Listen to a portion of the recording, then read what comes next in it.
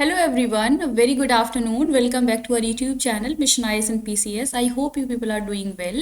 And in this video, we are going to practice 10 important questions of Indian polity.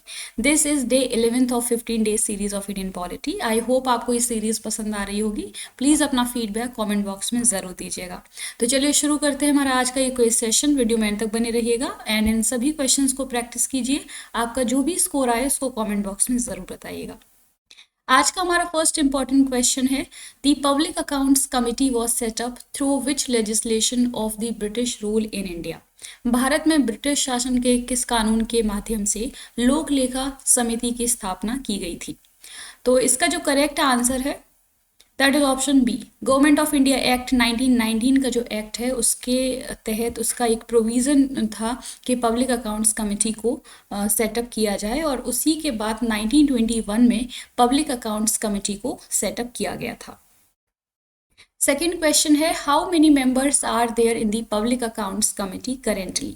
लोक लेखा समिति में वर्तमान में कितने सदस्य हैं.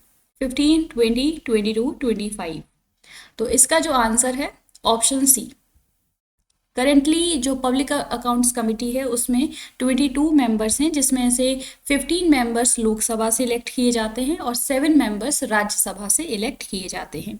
और इन मेंबर्स को पार्लियामेंट के द्वारा इलेक्ट किया जाता है. जो पार्लियामेंट के दोनों हाउसेस के मेंबर्स होते हैं उन्हीं मेंबर्स में से पब्लिक अकाउंट्स कमेटी के मेंबर्स इलेक्ट किए जाते हैं.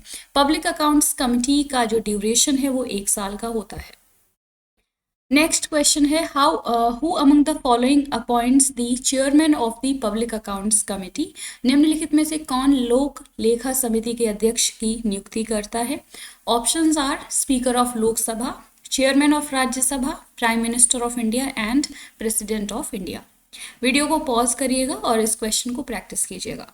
इसका जो करेक्ट आंसर है that is option A. Speaker of Lok Sabha के द्वारा जो पब्लिक अकाउंट्स कमेटी के चेयरमैन होते हैं उनको अपॉइंट किया जाता है.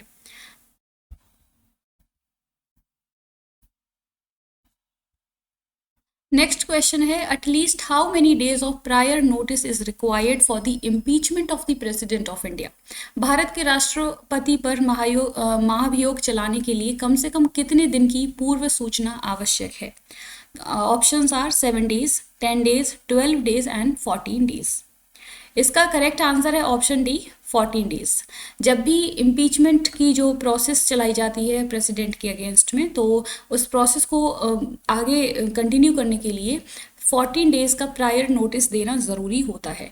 तो ये जो क्वेश्चन है ऑलरेडी पूछा जा चुका है यूपीपीसीएस के एग्जाम में गाइस. तो आप लोग ये फैक्ट याद रखिएगा. आज के सेशन में मोस्टली जो क्वेश्चंस हैं वो फैक्ट बेस्ड हैं. तो इनको आप लोग लर्न कर लीजिएगा क्योंकि इन्हीं फैक्ट से यूपीपीसीएस में डायरेक्टली जो क्वेश्चंस हैं वो पूछे जाते हैं. नेक्स्ट क्वेश्चन है in which of the following committees there is no representation of Rajya Sabha. निम्नलिखित में से किस समिति में राज्यसभा का कोई प्रतिनिधित्व नहीं होता है. ऑप्शंस हैं public accounts committee, committee on public undertakings, estimates committee and D option है कमिटी ऑन गवर्नमेंट एश्योरेंस. इसका जो करेक्ट आंसर है that is option C.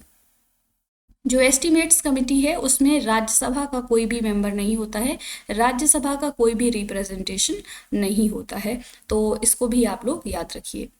Next question है on the recommendation of which committee the committee on public undertakings was setup in India. Bharat में सार्वजनिक उपक्रम समिति की स्थापना किस समिति की अनुशंसा पर की गई थी. तो इसका आंसर हो जाएगा option D. Krishna Menon committee के रिकमेंडेशन के बेसिस पर कमेटी ऑन पब्लिक अंडरटेकिंग्स को सेटअप किया गया था 1964 में.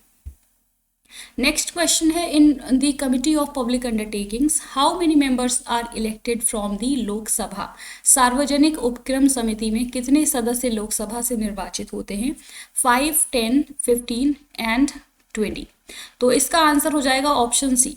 क्योंकि जो कमिटी ऑन पब्लिक अंडरटेकिंग्स है उसमें टोटल 22 मेंबर्स होते हैं और उसमें से जो 15 मेंबर्स हैं वो लोकसभा से इलेक्ट किए जाते हैं एंड 7 मेंबर्स राज्यसभा से इलेक्ट किए जाते हैं।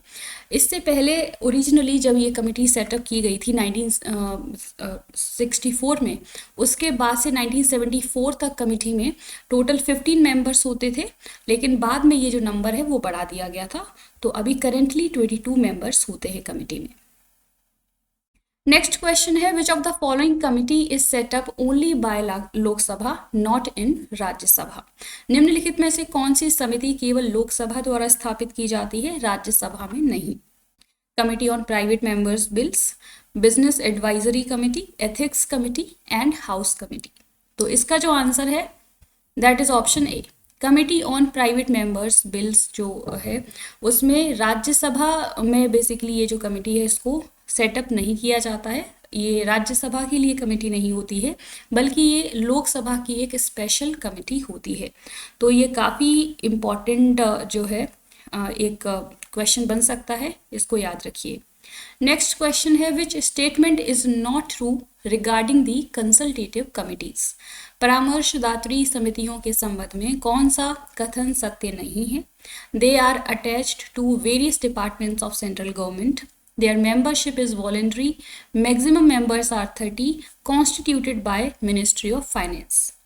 तो इसका आंसर है option D, constituted by finance ministry. ये जो स्टेटमेंट है वो बिल्कुल गलत है, क्योंकि जो कंसल्टेटिव कमिटीज़ होती हैं वो डिपार्टमेंट्स स्पेसिफिक के लिए होती है। सेंट्रल गवर्नमेंट के जो डिपार्टमेंट्स होते हैं, मिनिस्ट्रीज़ हैं, उनसे अटैच्ड ये कमिटीज़ होती हैं। और जब लोकसभा का गठन हो जाता है उसके बाद ही कमिटी सेटअप की जाती हैं। इनमें जो मेंबरशिप होती है वो वॉलंटरी होती है और जो मैक्सिमम नंबर होता है मेंबर्स का वो 30 नंबर होता है।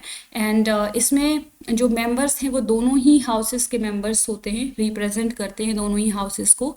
लेकिन ये जो कमिटी है इनको कॉन्स्टिट्यूट करने की जो रिस्पॉन्सिबिलिटी है, जो पावर है, वो मिनिस्ट्री ऑफ पार्लियामेंट्री अफेयर्स की है, ना कि मिनिस्ट्री ऑफ फाइनेंस की। तो ये कुछ इंपॉर्टेंट फैक्ट्स हैं regarding this committee, consultative committee, याद रखिएगा। So these are important questions for today's class. I hope आपको ये वीडियो पसंद आई होगी। आपके लिए एक क्वेश्चन है कि पार्लियामेंट्री कमिटीज़ में से कौन सी कमेटी है जो लार्जेस्ट है। इसका आंसर कमेंट बॉक्स में ज़रूर बताइएगा और वीडियो कैसी लगी अपना फीडबैक कमेंट बॉक्स में ज़रूर दीजिएगा।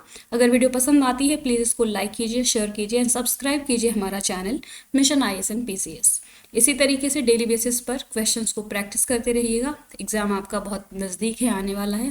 प्रैक्टिस बहुत ज़्यादा इम्पॉर्टेंट है। मिलते हैं अगले वीडियो में विद अनदर 10 क्वेश्चंस। तब तक के लिए thank you, take care, bye bye.